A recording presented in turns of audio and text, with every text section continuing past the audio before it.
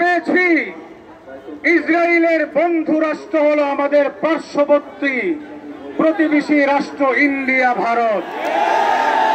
ইসরায়েলের যেই চরিত্র, ইন্ডিয়ারও সে একই চরিত্র। সুতরাং ইন্ডিয়া ইসরায়েলের বিরুদ্ধে আমাদের সংগ্রাম চলছে, সংগ্রাম চলতেই থাকবে। আমরা শাহাদাত বরণ করব, কিন্তু ইন্ডিয়া ইসরায়েলের সাথে কোনো আপোষ করতে রাজি না। আমরা আবাসকে বাংলাদেশে দেখতে পাই।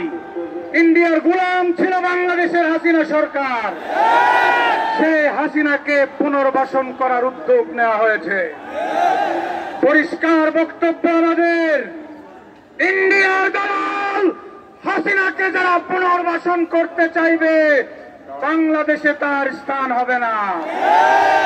তাদের রাজনীতি বাংলাদেশে চলবে না। আপনাকে কে বলছিল?